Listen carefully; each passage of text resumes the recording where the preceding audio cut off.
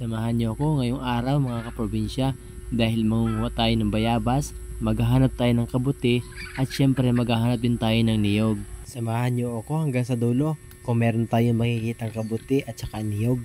Pagdaan ko nga pala sa part na ito ay marami ako nakitang bunga ng bayabas kaya't naman inakyat ko na yan at tumikim din muna ako bago ako umakyat dito sa bundok.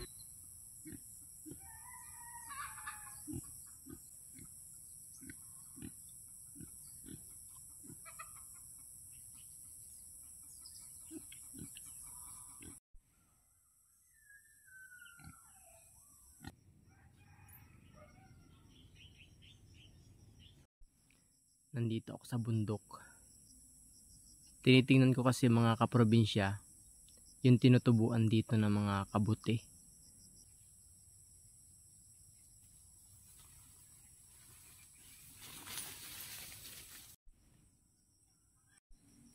Ang sipag ng aso ng kapitbahay.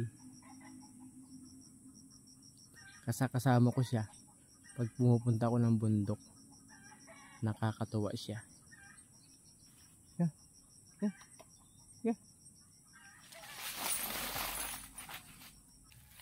At mukhang sinuswerte tayo mga kaprobinsya dahil mayroon tayong nakitang niyog.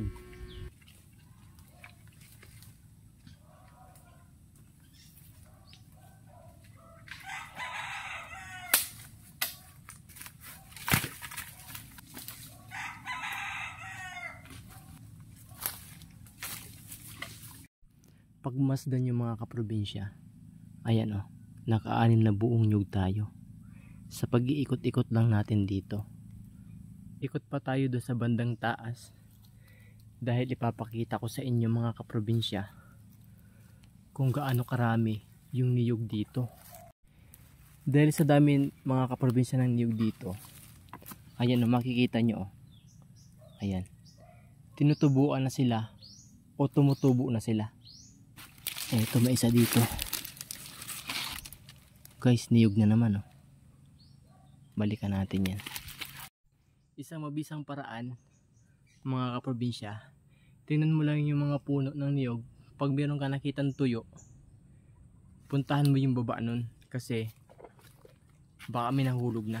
So puntahan natin kasi meron ako nakitang bunga, meron tuyo. Silipin natin yung puno.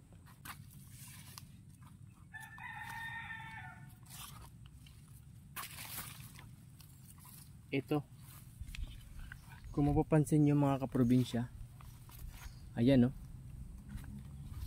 tinubuan na sila, nagsipagtubo na sila, magiging puno na kasi hindi agad sila namamalayan na nahulog na pala. Ayan o, dami. So hindi na sila pwede.